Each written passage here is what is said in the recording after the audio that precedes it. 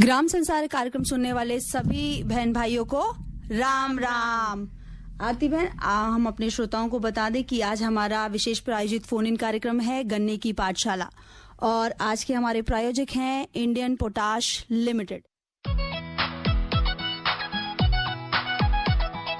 खेतों में जब पॉलीहेलाइट डाली जाएगी, आवश्यक तत्वों की कमी दूर हो जाएगी, मिट्टी की उर्वरता इससे बढ़ती जाएगी।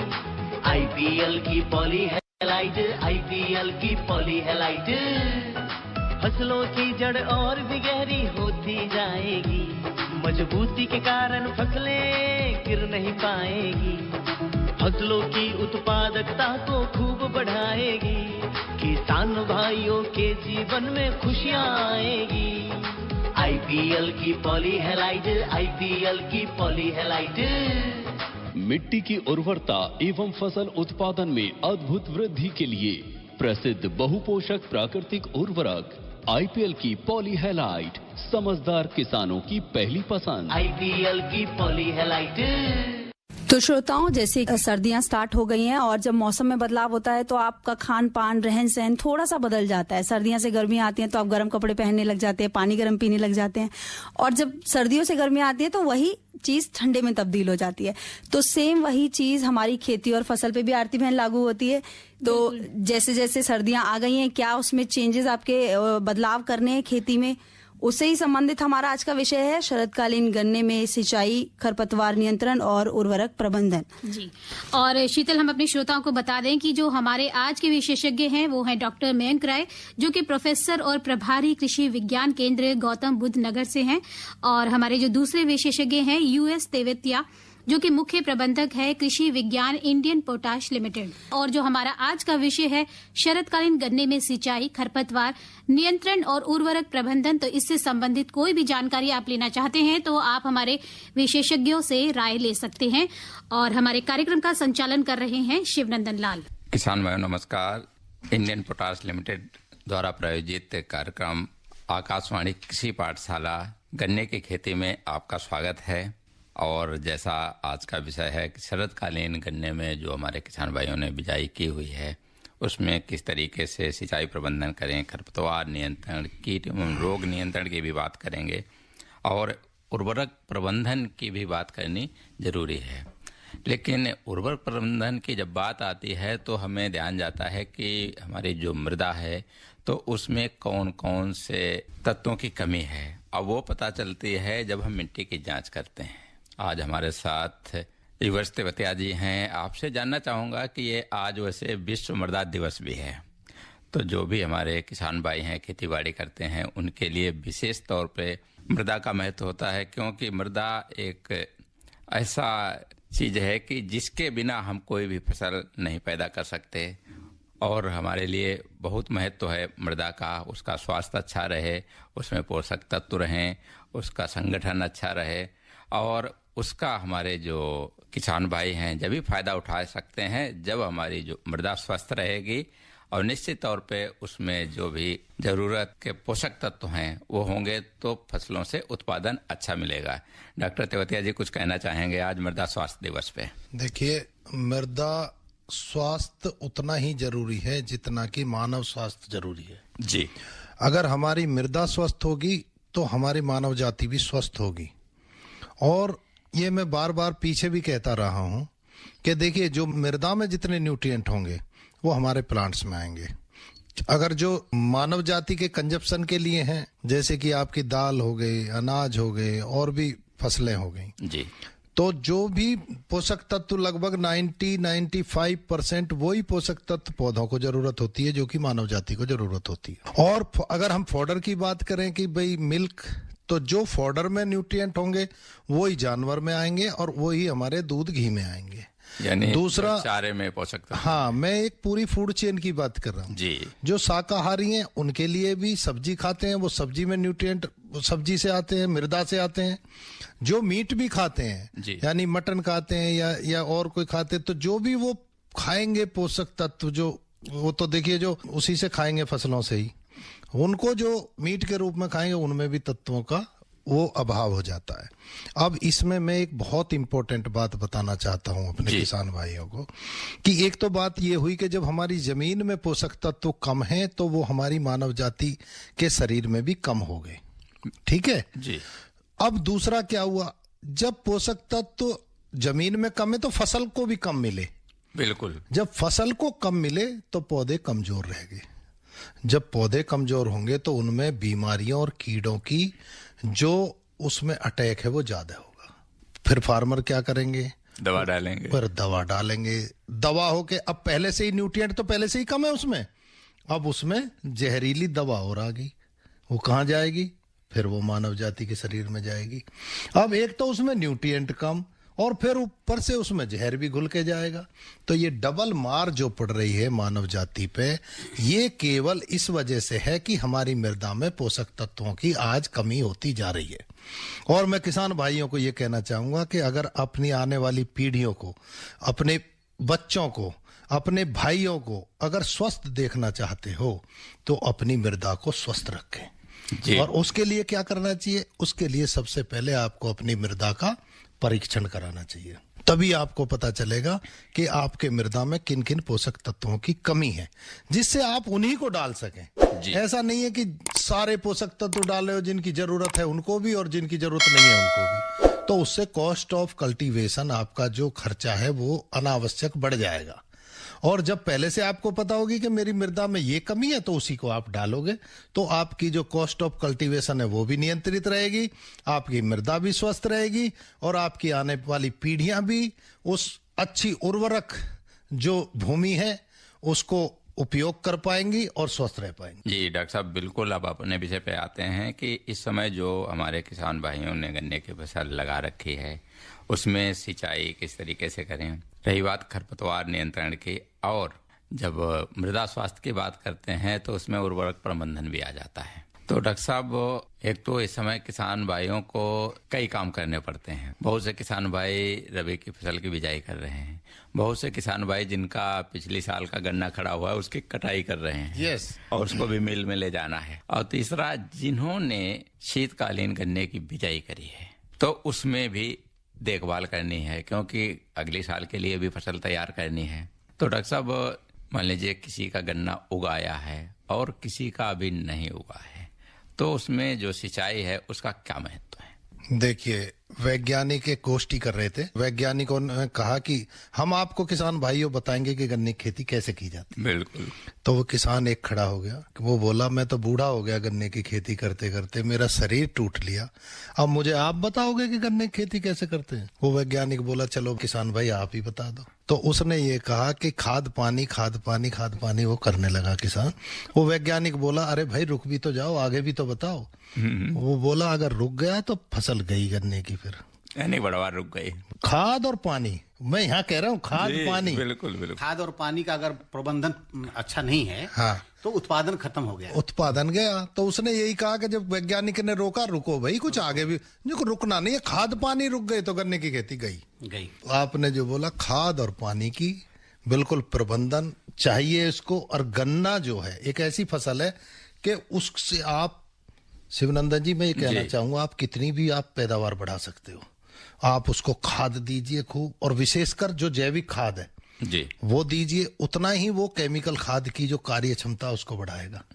और कितनी भी फसल ले सकते हैं हम। तो गांवों में डॉक्टर साहब आपने भी देखा होगा, गांव में जहां हमारे खाद के ढेर पड़े रहते थे खेतों के पास में, उसके पास में गन्ना कितना बड़ा हो जाता था, उससे दुगना बड़ा हो जाता था। मैं इसे एक चीज और मैं जोड़ना चाहूंगा जी। खासकर जो चीनी मिल है, उसमें चीनी मिल में जो शुगर की रिकवरी होती है, वो अच्छा पोषक तत्व प्रबंधन अगर बेहतर है, कहा जाता है कि 800 कुंटल तक जो है गन्ना हो रहा है, कहीं कहीं 1800 कुंटल तक हो रहा है गन्ना एकड़ में।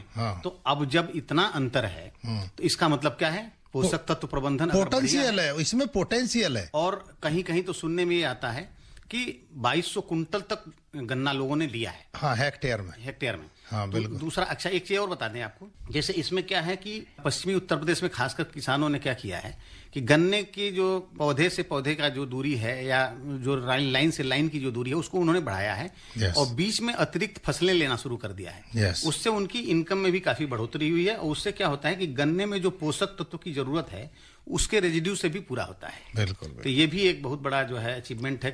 तो उन्होंने बहुत अच्छा तरीके से इसको अपनी आय का साधन बना रखा है। बिल्कुल जी। और देखिए, गन्ना एक ऐसी फसल है, ये फुल्ली एश्योर्ड है, क्योंकि अगर देखिए कभी कभी आग भी लग जाती है तो गन्ने की जो मिलें हैं उसको तुरंत उठा लेती हैं, उसी रेट में उठा लेती हैं गन्ने, और उसकी जो इवन जलने के बाद भी उसकी ईल्ड पर कोई ज्यादा फर्क नहीं पड़ता, उसकी पत्तियां जलती है, गन्ना ऐसा ही रह जाता है। तो बताइए इससे ज्यादा एश्योर्ड क्रॉप कौन सी होगी? किसानों के लिए एक बहुत ही ये अच्छी क्रॉप है। यानी कोई छोटी मोटी दुर्घटना भी हो जाती है तो निश्चित तौर पे उनको जो मूल्य मिलना है वो मिलेगा। हाँ, देखो दुर्घटना क्या, ये आग ही लग सकती है जी। क्या भाई बीड़ी पी रहा है कोई। बाकी इसमें कोई बहुत, डॉक्टर साहब ने जो कहा कि जो हमारा जो कास्ट ऑफ कल्टीवेशन, मतलब कि जो गन्ने की खेती में खर्चा बढ़ रहा है, उसका अगर पोषक तत्व प्रबंधन अगर बेहतर तरीके से करे तो खर्चा भी कम होता है। बिल्कुल, ये बहुत बड़ा मतलब। और देखिए पूरी पैदावार जो आपकी वेजिटेटिव ग्रोथ है, पूरी की पूरी पैदा का आपको जो है उसके वजन का आपको दाम मिल रहा है, वही रेट मिल रहा है। हाँ। डॉक्टर साहब, हम बात कर रहे थे कि गन्ने में जो सिंचाई एवं उर्वरक प्रबंधन की, लेकिन क्या इस समय जो धीरे धीरे सर्दियां बढ़ रही हैं, इस समय रोग और कीट भी लगने की संभावना रहती है गन्ने में? क्योंकि गन्ना वर्ष भर की फसल है जी, और इसमें अगर आपका पोषक तत्व प्रबंधन बेहतर है और आपने अगर सिंचाई की व्यवस्था करी, जैसे 8 से 9 सिंचाई तक इसमें होती है, समय समय पर अगर आप प्रॉपर तरीके से सिंचाई कर रहे हैं, पोषक तत्व प्रबंधन है, जैसा कि कहा जाता है कि कितने कितने दिन पे, जैसे 45 दिन पे अगर हमको जो है पोषक तत्व डालना है तो आप उसको निश्चित है कि उसके आसपास ही पोषक तत्व का प्रयोग करें। नाइट्रोजन के साथ जो है पोटाश का भी प्रयोग बेहतर होता है। साथ साथ जो है जैसे आपने कहा कि इसमें 4 या 5 कीड़े बहुत ज़्यादा लगते हैं, जैसे आप कीड़े और बीमारियों की बात किए तो सबसे ज़्यादा होता है दीमक की समस्या होती है, और आजकल सफ़ेद गिडार बहुत बड़ी प्रोमिनेंट स्थिति में आ गया है। जी डॉक्टर साहब, बात करेंगे आपसे। एक किसान भाई का फोन लेते हैं। हेलो। राम जी। राम राम जी, कौन भाई बोल रहे हैं? लक्ष्मण सिंह सैनी, जिला मेरठ जी। लक्ष्मण सिंह जी, क्या सवाल है आपका? जो घंटा है जी वो सूख रहा है। कौन सी वैरायटी है लक्ष्मण जी? 38 भाई देखो किसान भाई, आपने भी सुना होगा अपने मील वगैरह के लोगों से, गन्ना विभाग से, कौन सी मील है आपकी? मोतीनपुर है जी। जो ये 0238 है, इसमें बीमारियां बहुत आ गई हैं, आपने सुना है ये बात? हाँ जी। हाँ, तो देखिए ऐसा है कि इसकी उम्र पूरी हो गई, 40 साल से ज्यादा हो गए इसको रिलीज हुए। अब इसको एक तो बदलने का आप प्रयास कीजिए कि आप दूसरी नई वैरायटी बोइए। पहली बात तो ये है। 255 बताते हैं, नई वैरायटी आई है। नहीं, 255 तो कोई वैरायटी नहीं है। देखो नई वैरायटी है COL के 14201, CO 15023 और COS 13235। सर जी, बटवार कौन सी की है? बड़वार सबकी बढ़िया है, बिल्कुल तीनों वैरायटी में से कोई सी भी बोइए जो आपको बीज मिल जाए। तो आप बीज का अपनी मिल से बीज के लिए प्रयास कीजिए। और दूसरा, अब हम आपको इसकी भी 38 का बता देते हैं, इसमें क्या सावधानी रखो आप। देखिए ये है, एक तो इसका बीज उपचार करके बोइए। बीज उपचार करिए थायोफेनेट मिथाइल से, 1 घंटा तक डुबाए रखिए इसको, जो इसके जो पेंडे होते हैं। दूसरा, एक मृदा उपचार भी जरूरी है। ट्राइकोडर्मा डालिए बोते समय, अपनी मिट्टी में मिला दें। जुताई के समय उसको 5-6 किलो प्रति एकड़ के हिसाब से उसको डालिए। वो मृदा से खाएगा इसकी जो लाल सड़न रोग है, इसकी red rot of sugar cane जो आ गया इसमें 0238 में, और बीज उपचार उसमें बीज में पौधे में रोकेगा उसको। ठीक है, ये बहुत जरूरी है। और देखिए ऐसा है कि अभी एकदम से भी रिप्लेस नहीं हो सकती 0238 आप लोग बो रहे हैं, लेकिन इसमें थोड़ा सा आपको ध्यान करना पड़ेगा इनका रोग और कीटों का। थोड़ा सा बीज लेकर के अपना बीज तैयार कर लें। हाँ, तो आप स्वस्थ बीज बोइए आगे। और देखिए आपके पास जो विशेषज्ञ अपने मीर के लोगों को भी दिखाइए उसको, क्योंकि देखिए जो असल में क्या वजह है वो खेत पे ही पता चलती है। क्या वो देखेंगे, पत्ते देखेंगे, उन पे क्या हो रहा है, रोग है, कीट है या कोई और चीज है, तो आप जो है थोड़ा सा ध्यान दीजिए इस पे। ठीक है, अपने पड़ोस के मिल में भी दिखा सकते हो, कृषि विज्ञान केंद्र है वहाँ पर भी ले जा सकते हो। आपके यहाँ नजदीक में कृषि विश्वविद्यालय भी है मेरठ में। धन्यवाद। ठीक है लक्ष्मण सिंह जी, फोन करने के लिए आपका बहुत बहुत धन्यवाद। एक और किसान भाई का फोन है, लेते हैं। हेलो। हेलो। हाँ, नमस्कार जी।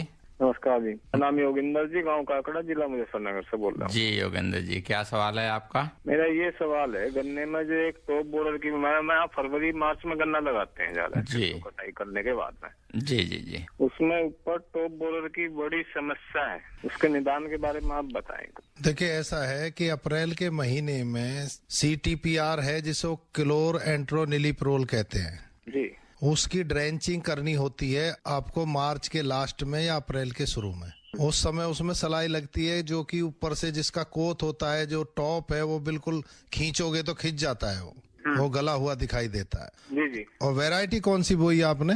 0238 है जी। हाँ देखो, आजकल रिप्लेस करने की जरूरत है, इसमें रोग कुछ ज्यादा ही आ रहे हैं। इसमें red rot of sugar cane बहुत ज्यादा आ रहा है, पोका बोइंग आ रहा है, इसमें ऊपर बड़े में भी अगोला सूख जाता है, नीचे से भी रोग लगने लगते हैं। और देखिए ये जो टॉप बोरर है, ये इसकी 4 पीढ़ियां होती है गन्ने की पूरी उम्र में जी। और अगर पहली पीढ़ी से ही आप कंट्रोल करेंगे तो फिर अगली पीढ़ी नहीं हो पाती है, नहीं तो फिर आगे गिडार बनकर वो टॉप बोरर, फिर स्टॉक बोरर, वो स्टॉक को काटते हैं, ये सब चलती रहती है पीढ़ी। जी जी जी। तो आप शुरू से ही इसका गन्ने का करें और बीज उपचार करके बोएं। थाइफिनेट मिथाइल से 2 ml प्रति लीटर उसमें घोल के 1 घंटे तक उसके पेंडों को डुबाएं और अपनी मृदा में मिट्टी में ट्राइकोडर्मा डालें 6 किलो प्रति एकड़ के हिसाब से। ये दोनों जब चीजें करेंगे तब आप 0238 की अच्छी उपज ले पाएंगे, वरना तो अब इस वैरायटी को आप रिप्लेस कीजिए नई वैरायटी से। अच्छा योगेंद्र सिंह जी, मैं एक चीज और डॉक्टर साहब के साथ जोड़ना चाहूंगा कि पहले जो है आप लोग जो डॉक्टर साहब ने एक जो दवाई बताई है CTPR, उसको आप लोग पहले एक बार उसका प्रयोग करते थे, अब 5-5, 6-6 बार करना पड़ रहा है। तो जो उसका सबसे अच्छा जो समय है, जो डॉक्टर साहब ने बताया कि मार्च के समय में आप उसका एक प्रयोग कर लीजिए, जिससे कि उसकी जो 4 जनरेशन है वो बढ़ने ना पावे। पहला प्रयोग जो ड्रेंचिंग का है उस दवाई का, उसको जरूर मतलब ध्यान से करने की आवश्यकता है। तेरपिया जी से खास करके मैं अनुरोध करता हूँ कि एक गन्ने पे एक बड़ी पाठशाला इस मिल क्षेत्र के अंदर ही कहीं रखें। बिल्कुल करेंगे, हमने एक मीटिंग पीछे भी की थी और एक हम बड़ी मीटिंग तितावी क्षेत्र में जरूर करेंगे। और बहुत बहुत धन्यवाद आपका सुझाव के लिए, और ये हमारे हित में भी है, किसानों के हित में भी है। बिल्कुल डॉक्टर साहब, किसानों के हित में कार्यक्रम चलते रहने चाहिए। बिल्कुल। योगेंद्र जी, फोन करने के लिए आपका बहुत बहुत धन्यवाद। तो डॉक्टर साहब, कई ऐसे किसान हैं जो गन्ने की खेती करते हैं, लेकिन जो किस्म है एक ही ज्यादातर लगाते हैं, तो उसके लिए शुगर मिल हैं, तो उनको पर आगे आना चाहिए कि किसानों को नया बीज दें। देखिए शिवनंदन जी, IPL इंडियन पोटास लिमिटेड नए बीज निकलते ही, रिलीज होते ही हमारे मिलों पर पहुंच जाते हैं और मल्टीप्लाई होने शुरू हो जाते हैं। एक मिल पे नहीं, सारी हमारी यूपी में 6 शुगर मिल है, सब पे हमारा वेराइटल जो आपको मिलेगा, जो वेराइटल चेंज हम सबसे फास्ट करते हैं। सारा 3 इंस्टीट्यूट है हमारा, अच्छा लाइजन है, किसानों को हम बिल्कुल दिलाते हैं सबसे पहले, और हम ऑलरेडी ये कर रहे हैं सारा। जी डॉक्टर साहब, और बात करेंगे इस पे। किसान भाई का फोन लेते हैं। हेलो, नमस्कार जी। नमस्कार जी। मैं हरियाणा से सतीश कुमार, गांव डिस्ट्रिक्ट भिवानी, वापोड़ा गांव। जी सतीश कुमार जी, क्या सवाल है आपका? सर थोड़ा नमकीन पानी है जी। जमीन का पानी है, नहर का है नहीं सर, खेती तो करनी पड़ती है। जी बिल्कुल जी। तो सर इसमें गन्ना हो सकता है? ये बताइए कि किधर है आपका गांव? भिवानी डिस्ट्रिक्ट हरियाणा। भिवानी हरियाणा। जी सर। भाई आपने सुना होगा वहाँ तो तालाब खोद के और उसकी झींगा की खेती भी कर रहे हैं लोग। मांस मिट्टी के खाने वाले नहीं है हम। अच्छा ठीक है। तो खारे पानी में साहब नहीं होगा गन्ना, कोई फसल भी नहीं होती है खारे पानी में, लेकिन फिर भी मैं आपसे ये कहूंगा उस पानी को टेस्ट करवाइए आप। सर लेकिन पास नहीं होता है। नहीं, पास का मतलब क्या है? पास तो होता नहीं है जी वहाँ कागजों में, तो लेकिन गेहूं तो पैदा होते हैं। हाँ, नहीं मैं ये कह रहा हूँ, आप गन्ने की संभावना की बात कर रहे हो ना, गन्ना पैदा हो जाएगा या नहीं, तो उसमें टेस्ट करके जो उसमें सैलिनिटी है, जितना खारापन है, वो टेस्ट होता है प्रयोगशाला में। तो वो प्रयोगशाला में करके वो बताएंगे फिर आपको, जब आपका वो कर लेंगे भाई गन्ना इसमें हो पाएगा या नहीं, उसको देख के कितना खारापन है इसमें। थोड़ा बहुत होगा तो हो जाएगा, उसमें गुड़ भी खारा होता है, उसमें रस भी उसका थोड़ा खारापन आ जाता है, तो लेकिन हो जाता है। कुछ किस्में भी ऐसी हैं जो लगाई जा, किस्में भी हैं, तो लेकिन आप प्रयोगशाला में टेस्ट करके और उनको बताइए मैं गन्ना बोना चाहता हूं, तो वो उसके हिसाब से आपको सजेस्ट करेंगे। प्रोग्राम आपके बढ़िया चलते हैं सर, बहुत ही बढ़िया चलते हैं प्रोग्राम। बहुत बहुत धन्यवाद जी, बहुत बहुत धन्यवाद आपके। बहुत बहुत धन्यवाद जी सतीश कुमार जी। एक और किसान भाई का फोन लेते हैं। हेलो। हेलो, नमस्कार जी। नमस्कार जी। हाँ जी, मैं संजय कुमार बोल रहा जी। जी संजय कुमार जी, कहाँ से? गांव गंगा टेढ़ी, तहसील हसन, जिला करनाल, हरियाणा। जी संजय कुमार जी, क्या सवाल है आपका? सबसे पहले तो पूरे आकाशवाणी टीम को और विशेषज्ञों को मेरी तरफ से नमस्कार जी। नमस्कार। तो सबसे पहले मैं डॉक्टर साहब को ये करना चाहूंगा कि जैसे आईपीएल का खाद लेते हैं हमें, और अभी जैसे क्यों में लगाया है, तो आपका खाद बहुत बढ़िया है, इसके लिए एक तो आप बधाई के पात्र हैं। बहुत बहुत धन्यवाद जी आपका, बहुत बहुत। क्योंकि आपका खाद बड़ा दानेदार है, और दानेदार खाद यानी दूर तक छिटा जाता है, आसानी से फैलता है, और जो बारीक होता है वो आंखों में जाता है और वो एक जगह डल जाता है हवा के जरिए। जी जी जी जी। तो ये बहुत ज्यादा दिक्कत होती है, इसके लिए आप बहुत बड़ी प्रयास है। मैं अन्य कंपनी से कहूँगा कि वो भी अच्छी क्वालिटी का खाद बनाए, ताकि आईपीएल से प्रेरणा स्रोत बने हैं। जी जी जी बिल्कुल, अपना सवाल करिए जी। तो गन्ना जैसे अभी एक मित्र उन्होंने अभी लगाया हुआ है, जो वो कहते हमें अगेती बिजाई की है, तो उसके लिए क्या विशेष ध्यान रखें कि सर्दियों में मतलब जैसे पानी कितने दिन टाइम में लगाएं और खाद वगैरह का, जिससे अच्छी प्रोडक्शन ज्यादा अच्छी बढ़िया क्वालिटी की हो?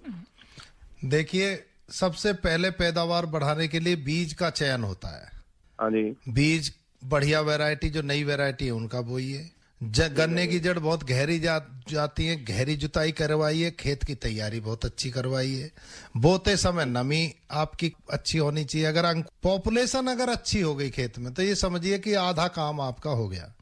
उसके बाद में खाद और पानी, जाड़ों में कम पानी की जरूरत होती है। अगर जाड़ों में आप उसको निराई गुड़ाई करके और अच्छी तरह से जुताई करके या खुदाई करके छोड़ दें तो बहुत अच्छा रहता है, क्योंकि ज्यादा ठंड में उसकी पैदावार ज्यादा नहीं बढ़ पाती है। और उसमें जो है आप बीमारियों का ध्यान रख के खेत पे बराबर घूमते रहें।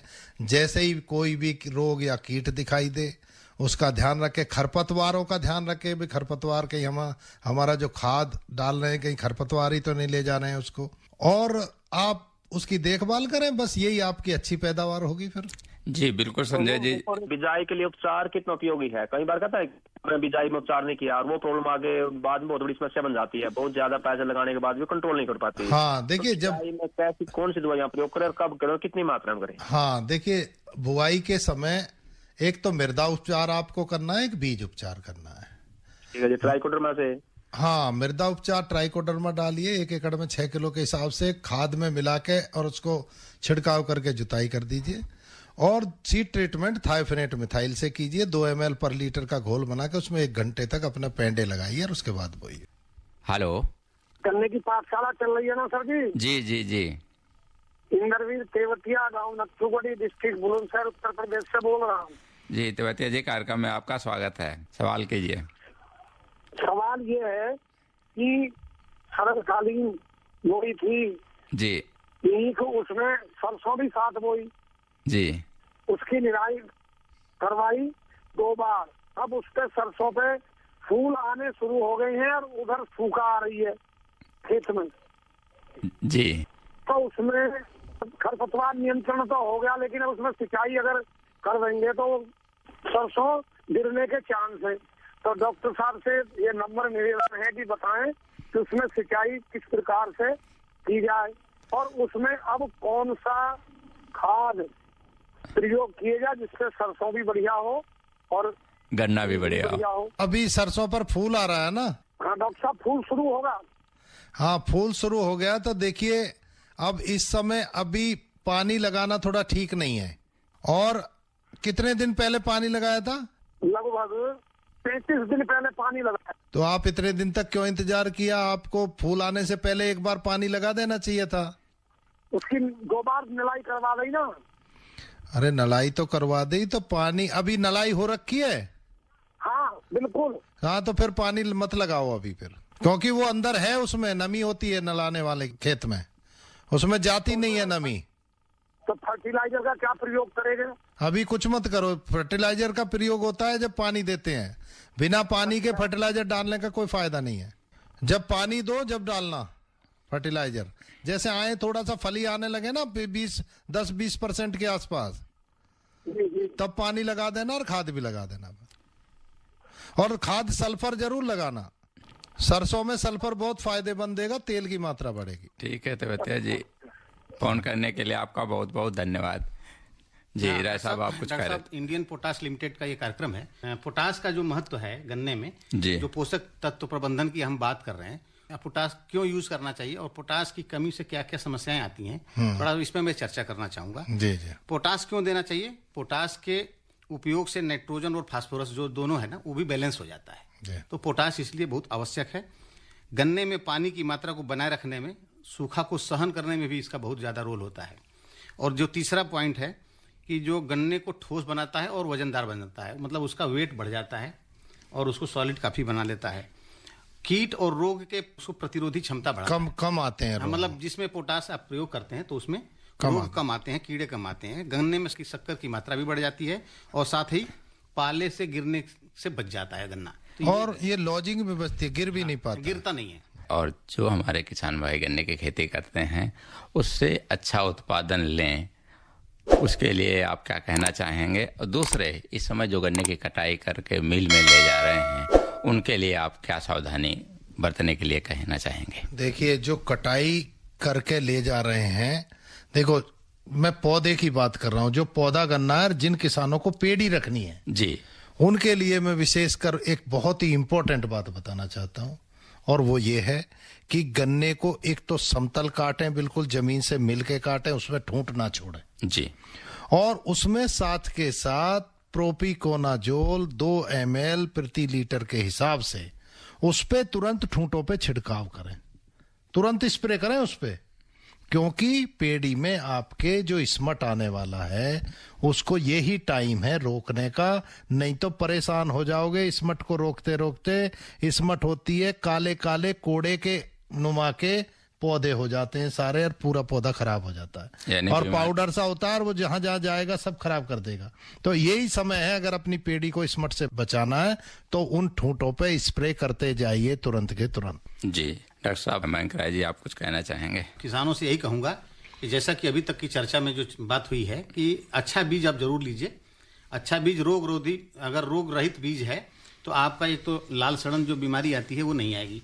दूसरा, बीज का शोधन जरूर करना चाहिए, यानी बोने से पहले उसका उपचार बहुत जरूरी है। बीज के शोधन के साथ साथ मृदा के शोधन की भी आवश्यकता है। ये तो 3-4 बातें हो गई। दूसरा ये है कि पोषक तत्व प्रबंधन बहुत आवश्यक है, जिसमें सभी जो न्यूट्रिएंट है, जैसे नाइट्रोजन है, फास्फोरस है, पोटास है, उसको आप संतुलित मात्रा में और जब जरूरत है तब आप उसका प्रयोग करिए। चौथा चीज ये हो गया कि हमको सिंचाई कब करनी है। जैसा कि अभी सरसों की बात हो रही थी कि सरसों में अगर इस समय सिंचाई कर देंगे, अगर फूल आ रहा है तो खराब हो जाएगा। तो ये जो है सिंचाई की बहुत जरूरत है। और बाकी जो कीड़े जो लगते हैं, आपका जो खर्चा बढ़ने वाला है दवाइयों का, उसको किसी तरीके से अच्छी तरीके से आप मैनेज करिए, नहीं तो आपसे उसका खर्चा बढ़ेगा। जी बिल्कुल सही तरीके से मैनेजमेंट करके ही आप गन्ने से अच्छा उत्पादन ले सकते हैं।